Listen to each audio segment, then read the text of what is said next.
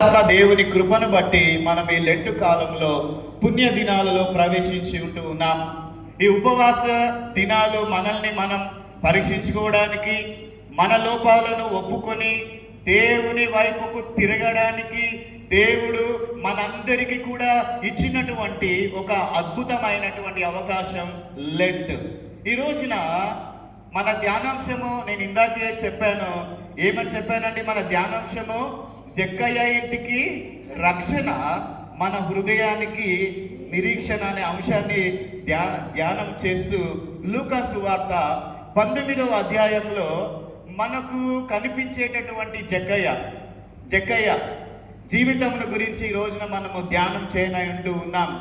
చూడండి, ఈ లూకా సువార్త 19వ అధ్యాయం ఈ చరిత్ర యెరికో పట్టణ నేపథ్యంలో ప్రారంభమవుతుందండి. ఏది? లూకా సువార్త 19వ అధ్యాయం కాంటెక్స్ట్ చూస్తే ఈ చరిత్ర యెరికో పట్టణ నేపథ్యంలో ప్రారంభమవుతుంది.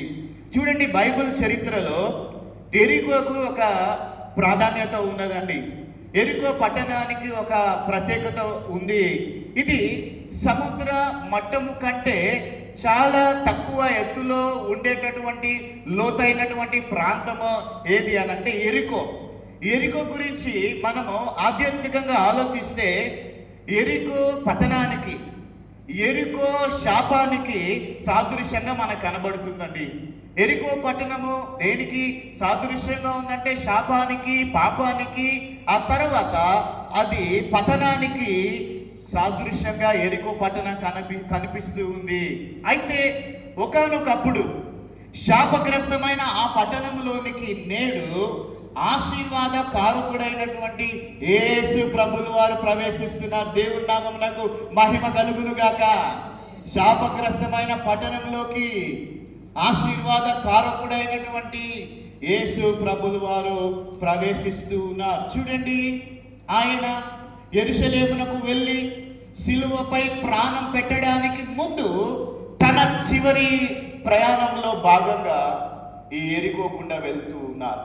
బ్రదర్ ఒకసారి చూడండి, ఒకసారి హెచ్చు తగ్గులై ఆయన యెరూషలేమునకు వెళ్ళి సిలువ పైన తన ప్రాణాన్ని పెట్టడానికి ముందు తన చివరి ప్రయాణంలో భాగంగా యేసుక్రీస్తు ప్రభులు వారు యెరికో గుండా వెళ్తూ ఉన్నాడు. అలాగనే వెళ్తూ ఉంటుండగా అక్కడ ఒక వ్యక్తి కనపడ్డాడు. ఆయన పేరే జక్కయ్య అనేటటువంటి వ్యక్తి కనిపిస్తాడు. సాధారణంగా జక్కయ్యను మన అందరం కూడా ఏమని పిలుస్తామండి? బైబిల్ ప్రకారంగా ఆయన పొట్టివాడని లేదా ఒక పాపి అయినటువంటి సుంకరి అని మనము పిలుస్తూ ఉంటాం కదండి. మనము వారి బలహీనతలను బట్టి మనం పిలుస్తాం. అంగవైకల్యం కలిగిన వారైతే పేరు పెడతాం, కన్ను లేకపోతే పేరు పెడతాం, నల్లగా ఉంటే పేరు పెడతాం, తెల్లగా ఉంటే పేరు పెడతాం, పొడుగుగా ఉంటే పొడుగైన అని పిలుస్తాం. చూడండి, ఇక్కడ ప్రియమైన దేని వారులారా, లోకము జక్కయ్యను లేదా మనం ఒక పొట్టివాడని లేదా పాపి అయిన సుంకరి అని పిలుస్తాం. కానీ అసలు ఆయన పేరుకున్నటువంటి అర్థం చూస్తే, మనం జక్కయ్య పేరుకున్నటువంటి అర్థాన్ని కనుక మనం చూడగలిగితే, జక్కయ్య అనే మాటకు హీబ్రూ భాషలో నిర్మలుడు, ప్యూర్, నిర్మలుడు లేదా నీతిమంతుడు, పవిత్రుడు, ఇన్నోసెంట్ అనే అర్థాన్ని కలిగినటువంటి వాడు జక్కయ్య. బహుశా ఆయన తల్లిదండ్రులు, ఆయన కుమారుడు సమాజంలో పవిత్రుడుగా, నిర్మలుడుగా బ్రతకాలని ఆశించి జక్కయ్యకు ఆ పేరు పెట్టి ఉండవచ్చు. కానీ జక్కయ్య నివసిస్తున్నటువంటి ఆ యెరికో వంటి పాపపు లోకం, ఆయన చేసేటటువంటి సుంకపు వృత్తి, ఆయన సంపాదించిన అన్యాయపు ధనము, అతని పేరులోని ఆ పవిత్రతను ఏం చేశాయండి? పూర్తిగా తుడిచివేశాయి. జక్కయ్యను పూర్తిగా తుడిచివేశాయి. నిర్మలత్వాన్ని తుడిచివేశాయి, పవిత్రతను తుడిచివేశాయి, పరిశుద్ధతను తుడిచివేశాయి. లోకము అతనిని పేరుతో కాకుండా పాపి అని, ద్రోహి అని లోకం ఏం చేసిందండి? జక్కయ్యను పిలిచింది, పాపని పిలిచింది, ద్రోహి అని పిలిచింది. చూడండి, ఒక ప్రక్కన పేరు నిర్మలుడు అని ఉన్న లోపల మాత్రము ఎలా ఉన్నాడండి? ఆయన సమాజపు చీదరింపులతో ఆయన నలిగిపోయాడు. చూడండి, ఎరికో గోడలు ఎలాగునైతే అడ్డంగా నిలిచాయో, ఎరికో గోడలు ఎలాగున అడ్డంగా నిలిచాయో, జక్కయ్య జీవితంలో కూడా ధనము, అధికారము, లోకపు ఆశలు దేవునికి ఆయనకు మధ్య అడ్డుగోడలుగా నిలిచాయి. ప్రియమైన దేవుని సంగమా, ఈ లెంట్ కాలంలో మన పరిస్థితి కూడా ఇలాగే ఉందేమో ఒక్కసారి ఆలోచన చేయాలి. మనము క్రైస్తవులమని పిలువబడుతూ ఉన్నాం. కేవలము క్రైస్తవుల గురించే మాట్లాడుతున్నానండి. క్రైస్తవులమని పిలువబడుతూ ఉన్నాం అంటే క్రీస్తుని పోలిన వారు అని అర్థము. మనము బైబిల్లో పేర్లను, గొప్ప భక్తుల పేర్లను పెట్టుకొని ఉండవచ్చును, కానీ మన క్రియలు ఆ పేరుకు తగినట్లుగా ఉంటూ ఉన్నాయా? జక్కయ్య వలె మనము కూడా లోకపు ఆశల్లో చిక్కుకొని మనలోని నిర్మలత్వాన్ని ఒకవేళ కోల్పోయామేమో, మనలోని పరిశుద్ధతను జక్కయ్య వలె మనము కూడా ఒకవేళ కోల్పోయామేమో. చూడండి, జక్కయ్య పొట్టివాడైనప్పటికీ, సమాజము ఆయనకు అడ్డుగా ఉన్నప్పటికీ తనను తాను తగ్గించుకొని ఆయన వేప చెట్టును ఎక్కడం జరిగిందండి. ఏ చెట్టు ఎక్కడండి ఆయన? మేడి చెట్టు. అందరు ఉన్నారు, వింటున్నారు అనమాట కదా, తలలు కిందకి వేసుకొని ఏదో భారంగా. వాళ్ళారా చూడండి, తనను తాను తగ్గించుకొని జక్కయ్య మేడి చెట్టు ఎక్కాడు. ఎందుకంటే కేవలము యేసు ప్రభువుల వారిని చూడాలనేటటువంటి తపనతో లోకము తనను పాపి అని ముద్ర వేసిన, తన పేరులోని నిజమైనటువంటి అర్థము తనకు దక్కాలని, తను గాయపడినటువంటి మనస్సుకు స్వస్థత కలగాలని జక్కయ్య ఆశించి ఏం చేస్తున్నాడండి? ఆయన చెట్టును ఎక్కుతూ ఉంటూ ఉన్నాడు. చూడండి, ఎరికో గోడలు కూలిపోయినట్లు జక్కయ్యలోని అహము, జక్కయ్య పాపపు గోడలు కూలిపోయేటటువంటి సమయము జక్కయ్యకు ఆసన్నము అయినట్లుగా మనం చూస్తూ ఉన్నాం. క్రీస్తునందు ప్రియమైన దేవుని సంగమా, ఆనాడు జక్కయ్య చెట్టు ఎక్కేటప్పుడు ఏం చేశాడు తెలుసండి? జక్కయ్య చెట్టు ఎక్కేటప్పుడు తన పాపపు జీవితాన్ని అక్కడే వదిలేశాడంటండి. ఏ చెట్టు అయితే జక్కయ్య ఎక్కాడో ఆ చెట్టు మీద ఏం చేశాడు తెలుసండి? అక్కడే ఆ చెట్టు మీదనే తన పాపపు జీవితాన్ని వదిలివేసి ఆయన తిరిగి క్రిందకు దిగేటప్పుడు ఒక నూతన సృష్టిగా దిగాడు. దేవుని నామమునకు మహిమ కలుగును గాక. చాలా మంది పుణ్యక్షేత్రాలను కొండలు ఎక్కుతూ ఉంటారు. కొండల మీదకు వెళ్ళినప్పుడు ఏం చేయాలండి? అక్కడనే జక్కయ్య వలె ఆ ప్రాంతంలోనే మన యొక్క బలహీనతలను కానీ జక్కయ్య ఏ విధంగా తన అహాన్ని వదిలిపెట్టాడో అక్కడ వాటిని వదిలిపెట్టాలి. చూడండి, జక్కయ్య తన పాపపు జీవితాన్ని చెట్టు మీదే వదిలేశాడంట. తిరిగి ఆయన కిందకు దిగేటప్పుడు ఒక నూతన సృష్టిగా దిగాడు. ఈ లెంట్ కాలంలో మనము కూడా మన అపరాధములను ఒప్పుకొని యేసుని మన హృదయం అనేటటువంటి ఇంటిలోనికి మనం చేర్చుకుంటే మన జీవితాలకు కూడా రక్షణ కలుగుతుంది. చూడండి, జక్కయ్య జీవితంలో కలిగినటువంటి ఈ అద్భుత మార్పును, దేవుడు చూపిన అపారమైనటువంటి కరుణను ఈరోజు వాక్యం ద్వారా మనము లోతుగా ధ్యానం చేద్దాం. కొన్ని విషయాలు మీ ఎదుటకు తెస్తూ ఉన్నాను. అందులో మొట్టమొదటిగా చూసినట్లయితే నెంబర్ 1, మొట్టమొదటిగా మనం చూసినట్లయితే అన్వేషణ, ద సర్చ్, అన్వేషణ. చూడండి, లూకా సువార్త 19వ అధ్యాయం 3వ వచనం ప్రకారం ఇక్కడ అన్వేషణ మనకు కనబడుతుందండి, తపన కనబడుతుంది. ద సర్చ్ ఏంటి తపన అంటే యేసుని చూడాలనేటటువంటి తపన. చూడండి, జక్కయ్య జీవితంలో మనము గమనించాల్సిన మొట్టమొదటి ప్రాముఖ్యమైన విషయం ఏంటి అని అంటే ఆయనలో ఉన్న అన్వేషణ లేదా యేసుని చూడాలనేటటువంటి తపన జక్కయ్యలో మనం చూస్తూ ఉన్నాం. జక్కయ్య కేవలము ధనవంతుడు మాత్రమే కాదండి, ఆ ప్రాంతపు సుంకపు గుత్తాదారుడు. లోకరీత్యా ఆయనకు అన్ని సౌకర్యాలు ఉన్నాయండి. ఆ రోజున ట్యాక్స్ కలెక్టర్ గా ఎవరైతే పనిచేస్తారో వారికి అక్కడ ఉన్న గవర్నమెంట్ అన్ని సౌకర్యాలు ఇస్తుందండి, అన్ని సమకూరుస్తారండి. కానీ ఆయన మనసులో ఏదో తెలియనటువంటి వెలితి, అన్ని ఉన్నాయి కానీ ఆయన మనసులో ఏదో తెలియనటువంటి వెలితి, ఒక రకమైన ఆధ్యాత్మిక దాహము, ఒక రకమైనటువంటి ఆత్మీయ దాహము జక్కయ్యలో ఉండేటటువంటిదండి. అందుకనే కీర్తనకారుడు 42వ సంకీర్తన 1వ వచనంలో మనందరికి కంఠస్థ వాక్యం, దుప్పి నీటి వాగుల కొరకు ఆశపడినట్లు జక్కయ్య ప్రాణము దేవుని కొరకు ఆశపడి, దేవుని నామమునకు మహిమ కలుగును గాక. జక్కయ్య ప్రాణము దేని కొరకు ఆశపడిందండి? యేసయ్య కొరకు ఆశపడిందండి. జక్కయ్య ప్రాణము దేవుని కొరకు ఆశపడింది. చూడండి, యేసు ప్రభులు వారు ఆ దారిన వెళ్తున్నాడని తెలియజేయగానే అది తన జీవితాన్ని మార్చుకునే సమయమని జక్కయ్య గుర్తించాడండి. ప్రభువు దారిన వెళ్తూ ఉన్నాడు. ఆయన వెళ్తున్నాడంటే అర్థం ఏంటంటే, జక్కయ్య అనుకున్నాడు, ఇదిగో నాకు ఒక మంచి అవకాశం, నేను నా జీవితమును మార్చుకునేటటువంటి ఒక అవకాశం నాకు దక్కిందని జక్కయ్య గుర్తించినట్లుగా మనం చూస్తూ ఉంటూ ఉన్నాం. అందుకనే యెషయా గ్రంథం 55వ అధ్యాయం 6వ వచనంలో వాక్యము మనలందరినీ హెచ్చరించినట్లుగా యెషయా గ్రంథం 55వ అధ్యాయం 6వ వచనంలో చూడండి, యెహోవా మీకు దొరుకు కాలమున ఆయనను వెతుకుడి అన్న వాక్యాన్ని జక్కయ్య తన జీవితంలో అన్వయించుకున్నాడు. దేవుని నామమునకు మహిమ కలుగును గాక. ఆ వాక్యాన్ని జక్కయ్య తన జీవితంలో ఆయన అన్వయించుకున్నాడు. అయితే ఆయన అన్వేషణకు, ఆయన సర్చ్ కి, ఆయన యొక్క అన్వేషణకు 2 ప్రధాన అడ్డంకులు ఎదురయ్యాయండి. జక్కయ్యకు 2 ప్రధాన అడ్డంకులు ఎదురయ్యాయి. ఒకటేంటి? ఆయన శారీరక పొట్టితనం. ఏంటండి? ఒకటి ఆయన శారీరక పొట్టితనం, రెండవదిగా చుట్టూ ఉన్నటువంటి జన సమూహం. ఈ 2 కూడా ఆయన అన్వేషణకు అడ్డంకులుగా ఉంటూ ఉన్నాయి. సాధారణంగా ఎవరైనా ఇలాంటి అడ్డంకులు ఎదురైనప్పుడు ఏం చేస్తారండి? లోకము నాకు కనబడట్లేదు, నేను చూడడానికి చెప్పి వెళ్ళిపోతారు అక్కడి నుంచి.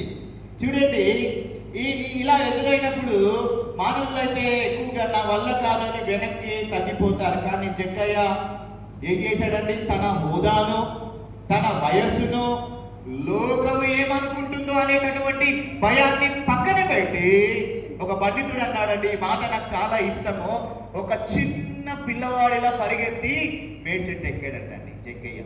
ఏంటండి? ఒక చిన్న పిల్లవాడు లాగా పరిగెత్తి జక్కయ్య మేడి చెట్టు ఎక్కాడట. ఎందుకు ఎక్కాడు? అన్వేషణ, ప్రభువుని వెతకాలని.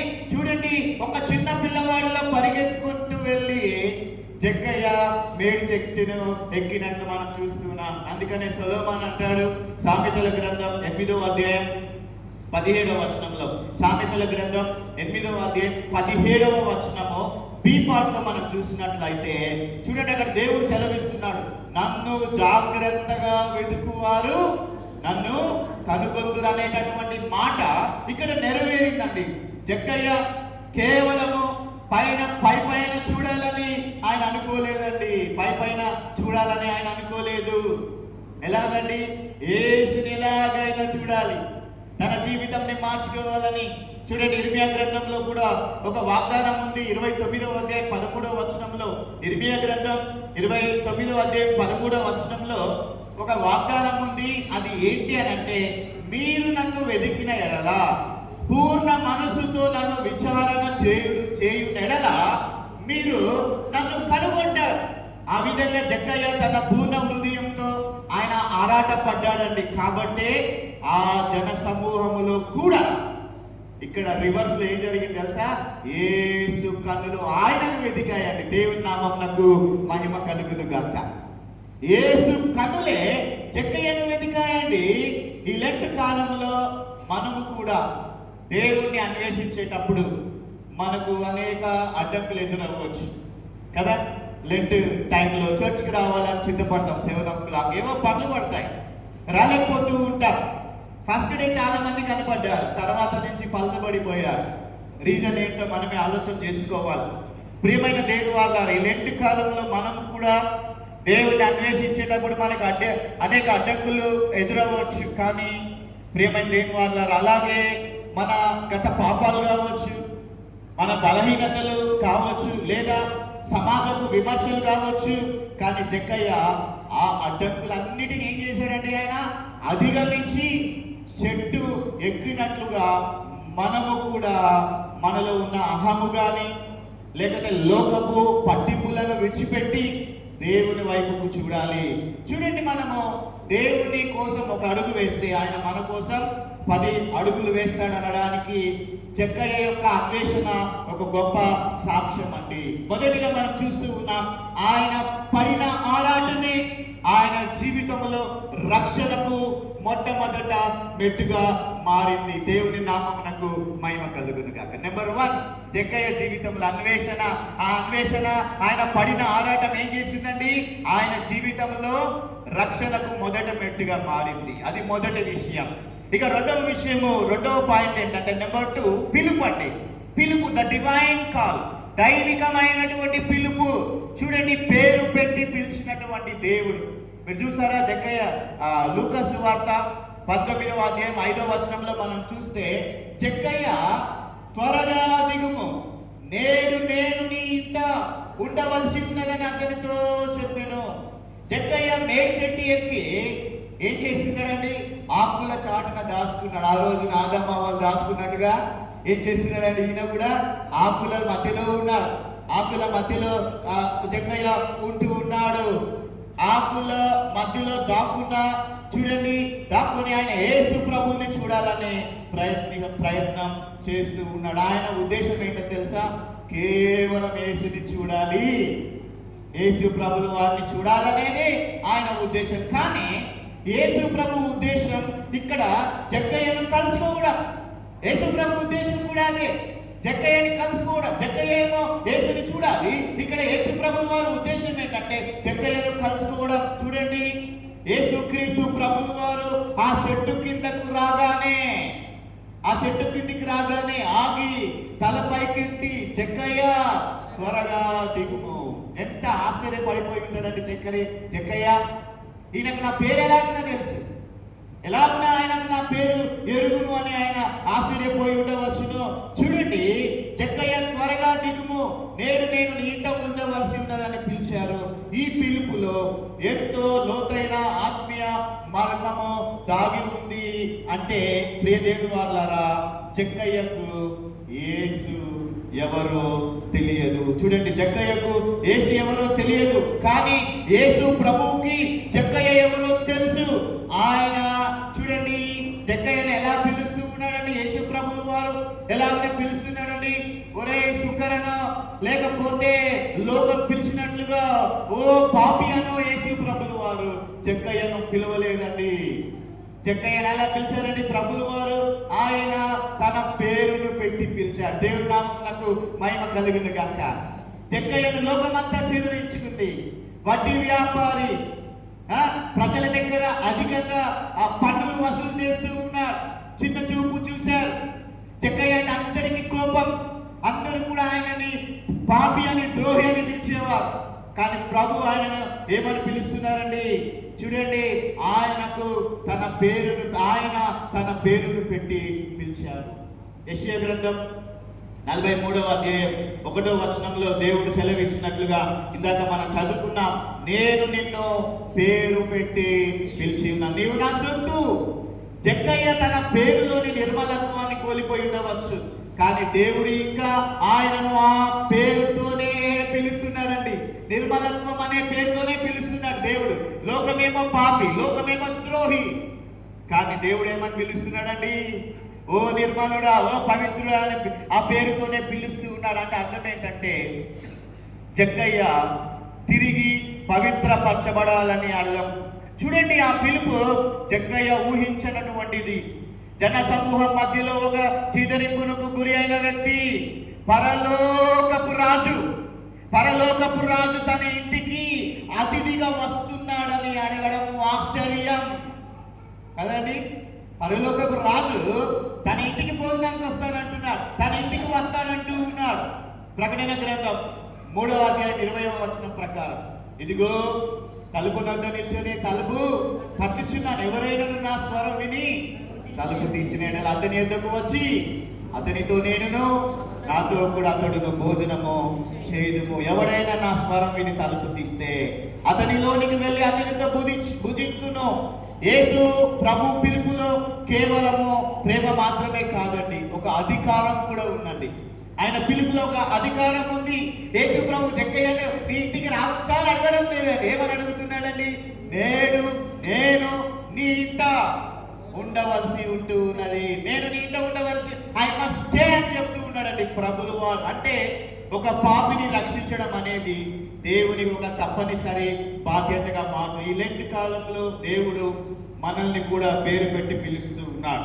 మనము ఎన్ని బలహీనతలలో ఉన్నా, ఎంతగా లోకానికి మనుషులకు దూరమైన ఆయన మనల్ని విడిచిపెట్టలేదండి. మనుషులు కొన్నిసార్లు మనల్ని మర్చిపోతారు, మనల్ని విడిచిపెడతారు. మొదటి ఉన్న ప్రేమ వాళ్ళ దగ్గర ఉండదు, మొదటిగా ఉన్నట్టుగా వారు ఉండరు, కానీ వారు విడిచిపెడతారేమో. కానీ మనం ఎన్ని బలహీనతలలో ఉన్నా, మనుషులకు లోకముకు దూరమైన ఆయన మనల్ని విడిచిపెట్టలేడండి. నేడు నేను నీ ఇంట ఉండవలసి ఉన్నది అన్న మాట కేవలము జక్కయ్య ఇంటి గురించి మాత్రమే కాదండి, మన హృదయం అనే ఇంటిని గురించి కూడా ఆయన మాట్లాడుతూ ఉన్నాడు. జక్కయ్య ఇంటి గురించి కాదు, ఈ రోజున లెంటును పాటిస్తున్నటువంటి మనము ఆయన మన హృదయం అనేటటువంటి ఇంటిని గురించి మాట్లాడుతూ ఉన్నాడు. చూడండి, జక్కయ్య ఆ పిలుపును వినగానే ఏం చేశాడండి? చెట్టు మీదే ఉన్నాడా? లేదు. ఏ చిన్న పిల్లవాడు ఇలా పరిగెత్తుకుంటూ ఎక్కుంటూ వెళ్ళాడు, అలాగనే పరుగున ఏం చేసి ఆలస్యం చేయకుండా సంతోషముతో చూడండి త్వరగా దిగి ఆయన తన ఇంటిలోనికి ప్రభువుని ఆహ్వానిస్తున్నాడు. చూడండి, దైవిక పిలుపు వచ్చినప్పుడు మనము చూపించాల్సిన స్పందన ఇదే సంతోషంతో మరియు తక్షణమే లోబడము. ఈ పిలిపే జక్కయ్య జీవితంలో మారు మనసుకు మార్గం సుగమనం చేసి దేవుని నామమునకు మహిమ కలుగును గాక. అది రెండవ విషయం. మూడోదిగా మనం చూస్తే, నెంబర్ 3 ఏంటంటే మార్పు, ట్రాన్స్ఫర్మేషన్, మార్పు. చూడండి, నిష్కల్మషమైనటువంటి మారు మనసు జక్కయ్య పొందుకున్నాడని మీరు చూస్తారా? జక్కయ్య లూకా సువార్త 19వ అధ్యాయం 8వ వచనం, లూకా సువార్త 19వ అధ్యాయం 8వ వచనం, జక్కయ్య నిలువబడి, ఇదిగో ప్రభువా, నా ఆస్తిలో సగము పేదలకు ఇచ్చుచున్నాను. నేను ఎవరి యొద్దనైనను అన్యాయముగా దేనినైనను తీసుకొని ఎడల అతనికి 4 గంటలు మరలా చెల్లిందునని ప్రభువుతో. లేవియాకాండం ప్రకారం, నిర్గమాకాండం ప్రకారం ఇక్కడ జక్కయ్య ఏం చేస్తున్నాడంటే, అన్యాయముగా దేనినైనా ఎవరి దగ్గరైనను తీసుకుని ఎడల అతనికి 4 గంటలు మరలా చెల్లిందునని ప్రభువుతో చెప్తూ ఉన్నాడు. చూడండి, ఇక్కడ యేసు క్రీస్తు ప్రభులు వారు జక్కయ్య ఇంటికి రాగానే అక్కడ నిశ్శబ్దం ఆవరించిందండి. తన ఇంట్లోకి రాగానే ఏం ఆవరించిందంటే, నిశ్శబ్దం ఆవరించిందండి. బయట జనమేమో ఈయన ఒక పాపి ఇంటికి వెళ్ళాడని బయట గుసగుసలు అండి, బయటనేమో ఫుల్ సౌండ్స్. రక్షకుడు ప్రభు ఆయన ఇంటికి వెళ్ళడం ఏందని బయట గుసగుసలు వినబడుతున్నాయి. లోపల ఇంటిలో మాత్రం ఏం జరిగిందండి? ప్రియ దేవుని వారలారా, నిశ్శబ్దం ఆవరించింది. లోపల మాత్రం ఒక అద్భుతం జరుగుతుంది. జక్కయ్య తన ఇంటి తలుపులు మాత్రమే తెరవడం కాదండి, తన హృదయ అంతరంగాలను ఏం చేశాడంటే ప్రభు ముందు పరిచాడండి. ఈ లెంట్లో మనం చేయాల్సింది అదే. మానవులం కదా, తప్పిదాలు జరుగుతుంటాయి కదా. ఒక్కసారి బాప్తిసం తీసుకుంటే నేను రక్షింపబడ్డాను కదా, ఆరాధన మూర్తి అంటారు కదా. ఏమంటాడండి ఆయన? నీ రక్షణను ప్రతిరోజు కాపాడుకోవాలంటాడు. చూడండి, ఇక్కడ జక్కయ్య ఏం చేస్తున్నాడంటే తన హృదయాంతరంగములను ప్రభు ముందు పరిచాడు. ఇక్కడ మనం గమనిస్తే జక్కయ్యను యేసు ప్రభు గద్దించడం లేదు. ఆయన చేసిన అన్యాయాలను ఏలు పెట్టి లేకపోతే ఏలెత్తి చూపలేదు. కానీ ఆ నిశ్శబ్దమైనటువంటి ప్రేమ, ఆ సైలెంట్ లవ్ జక్కయ్య హృదయాన్ని ఏం చేసిందండి? కరిగించి వేసింది. ఆయన ఒక్కసారిగా లేచి నిలబడి గదగ్ధ స్వరంతో ఏంటండి, ఒక్కసారి ప్రభువు నిశ్శబ్దంగా ఆయనను ప్రేమిస్తూ ఉన్నాడు. ఇల్లంతా నిశ్శబ్దంతో నిండి ఉంటూ ఉన్నది. ప్రభువు ఆయనను గద్దించలేదు, ఏలు పెట్టి చూపించలేదు, నువ్వు అన్యాయం చేశావు, అన్యాయంగా వడ్డీలు ఏం మాట్లాడలేదండి ప్రభు. ఒక్కసారిగా జక్కయ్య ఒక్కసారిగా లేచి నిలబడి గదగ్ధ స్వరంతో ఇలాగునన్నాడండి.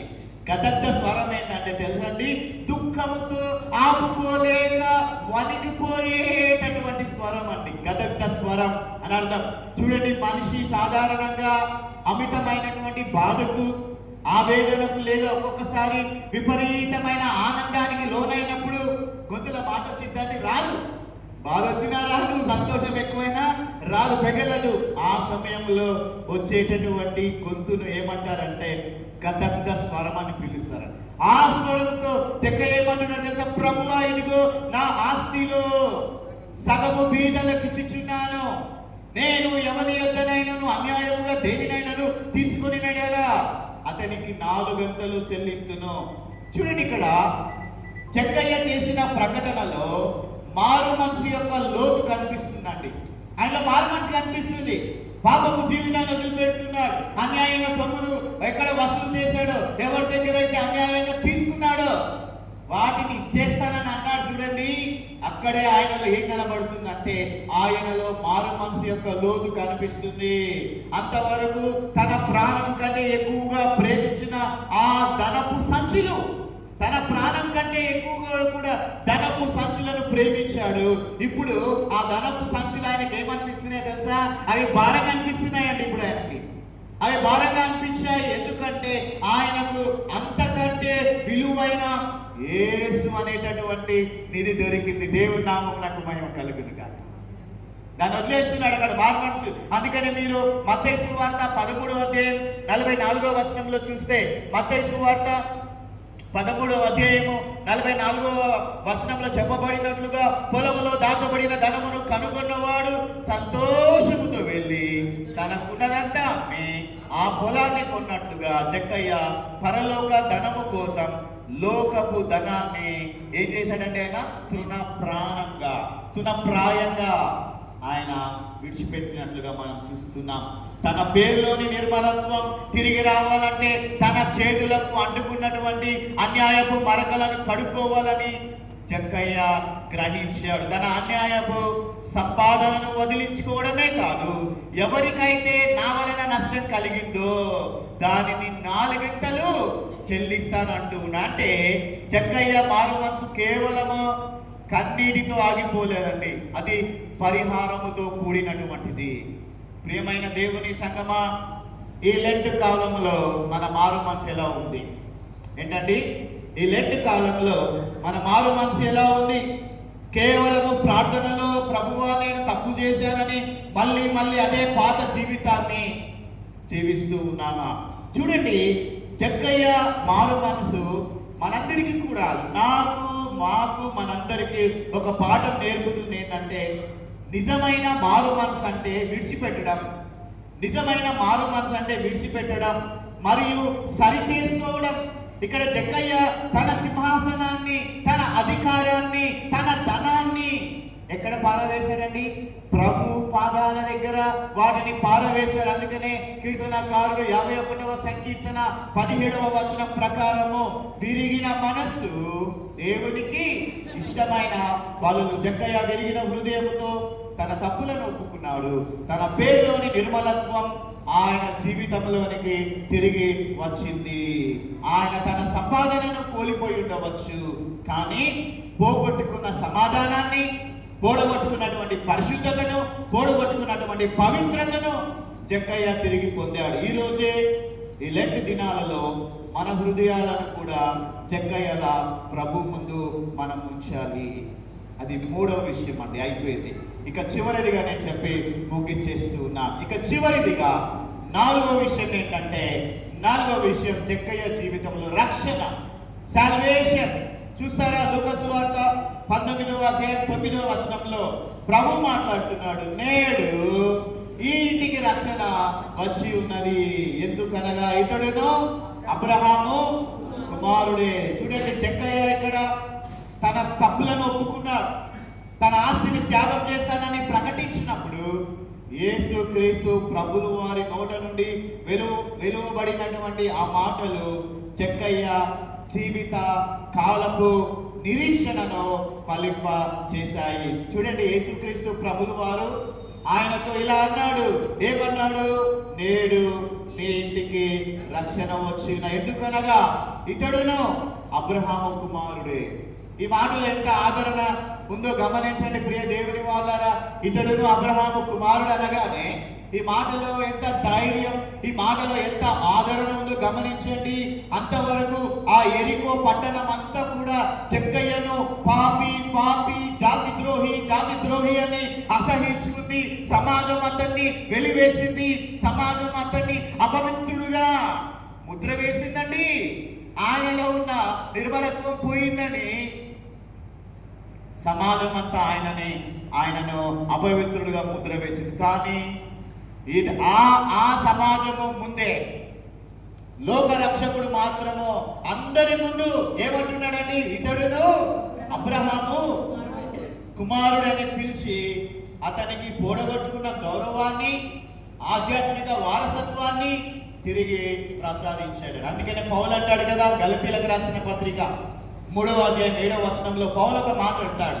ఆయన ఏమంటాడంటే, గలతీలకు రాసిన పత్రిక 3వ అధ్యాయం 7వ వచనంలో పౌలు అంటాడు, విశ్వాస సంబంధులే అబ్రహాము కుమారులని మీరు తెలుసుకొనుడి అంటాడండి పౌలు గారు. అంటే జక్కయ్య చూపిన ఆ విశ్వాసం, ఆ మారు మనసు అతన్ని కేవలము ఒక ధనవంతుడిగానే కాక దేవుని రాజ్యానికి వారసుడిగా మార్చిందండి. రక్షణ అంటే కేవలము పరలోకానికి వెళ్ళడం మాత్రమే కాదండి.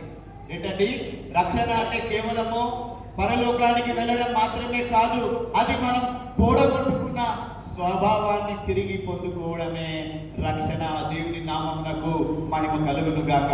చూడండి, జక్కయ్య పేరులోని అర్థం నిర్మలుడు. ఆయన తన పాపపు జీవితంలో ఆ నిర్మలత్వాన్ని కోల్పోయాడు, ఆ పరిశుద్ధతను కోల్పోయాడు. ఎప్పుడైతే యేసుక్రీస్తు ప్రభువు వారు ఆయన ఇంటికి రాగానే ఆయన రక్తము ద్వారా జక్కయ్యను కడిగి మళ్ళీ తన పేరుకు తగినట్లుగా ఒక నిర్మలమైనటువంటి నీతిమంతుడిగా దేవుడు జక్కయ్యను నిలవబెట్టినట్లుగా మనము చూస్తూ ఉంటూ ఉన్నాం. ప్రియమైనటువంటి దేవుని వారలారా, చూడండి, చివరిలో కొన్ని మాటలు మీ ముందుకు తెస్తూ ఉంటూ ఉన్నాను. చూడండి, ఇక్కడ జక్కయ్య గురించి మనం ఆలోచన చేస్తే, ఎవరికైనా నేను నష్టము కలిగించి ఉంటే ఆయన ఏం చేస్తున్నాడు తెలుసా? సరి చేసుకుంటూ ఉన్నాడు. మారు మనసు వచ్చింది, రక్షణ వచ్చేస్తూ ఉంది ఆయన. చూడండి, ఇక్కడ యేసుక్రీస్తు ప్రభులు వారు ఈ చరిత్రకు ఒక ముగింపు వాక్యాన్ని ఇచ్చాడండి. జక్కయ్య చరిత్రకు, ఎరికో పట్టణానికి యేసు ప్రభులు వారు ఈ వాక్యము ముగింపుకు ఆయన ఈ చరిత్రకు ఒక వాక్యాన్ని ఇచ్చారు. ఏంటంటే, లూకా సువార్త 19వ అధ్యాయం 10వ వచనం. మనందరికి తెలుసు, లూకా సువార్త 19వ అధ్యాయం 10వ వచనం, నశించిన దానిని వెతికి రక్షించుటకు మనిషి కుమారుడు ఈ లోకానికి, లేకపోతే మనిషి కుమారుడు వచ్చాను. చూడండి, జక్కయ్య దేవుని వెతుక్కుంటూ మేడు చెట్టు ఎక్కాడని మనము అనుకుంటాం. చూడండి, జక్కయ్య దేవుని వెతుక్కుంటూ మేడు చెట్టు ఎక్కాడని మనం అనుకుంటాం, కానీ నిజానికి దేవుడే జక్కయ్యని వెతుక్కుంటూ ఎరికోకి వచ్చారు. దేవుని నామమునకు మహిమ కలుగును గాక.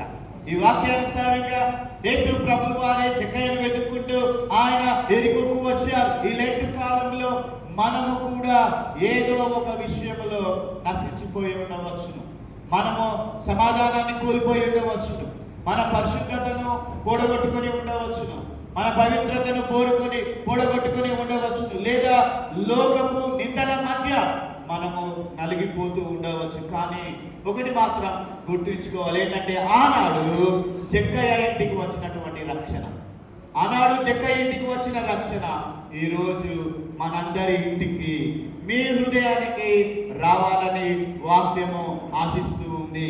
చూడండి, జక్కయ్యలాగా నీవు నేను మనము మన హృదయపు తలుపులను తెరిస్తే, ప్రకటన గ్రంథం 3వ అధ్యాయం 20వ వచనం ప్రకారం మన హృదయం అనే తలుపులు తెరిస్తే ఆయన మనలను కూడా తన బిడ్డలుగా స్వీకరించి మన గాయపడిన మనసులను స్వస్థపరిచి రక్షణ ఆనందంతో నింపుతారు. ప్రియమైన దేవుని వారలారా, చూడండి, ఇప్పుడు మనము అత్యంత పవిత్రమైన ప్రభు బోధన సంస్కారంలో పాల్గొనబోతూ ఉన్నాం. ఈ సమయంలో మనందరం కూడా ప్రభు భోజనంలో మన హస్తాన్ని వేయబోతూ ఉంటూ ఉన్నాం. అయితే ఈ బల్ల వద్దకు రాకముందు జక్కయ్య జీవితంలో ఒక కీలకమైన మార్పును మనం జ్ఞాపకం చేసుకుందాం. బల్లలో చేయి వేయక మునుపు మనము కూడా జక్కయ్య జీవితంలో ఒక కీలకమైనటువంటి మార్పును మనము జ్ఞాపకం చేసుకుందాం. ఎప్పుడైతే జక్కయ్య ఇంటికి యేసుక్రీస్తు ప్రభువు వారు వచ్చారో, ఆయన కేవలము అతిథిగా ఆయన ఇంటికి రాలేదండి. ఎలా వచ్చాడండి? ప్రభు ఆయన ఇంటికి రక్షకుడిగా వచ్చాడండి. రక్షకుడిగా వచ్చాడు. జక్కయ్య తన ఇంటి తలుపులు తెరిచి తన అపరాధములను ఒప్పుకొని తన పాపపు జీవితాన్ని విడిచిపెట్టినప్పుడే జక్కయ్యకు ఏం దొరికిందండి? జక్కయ్యకు రక్షణ దొరికింది.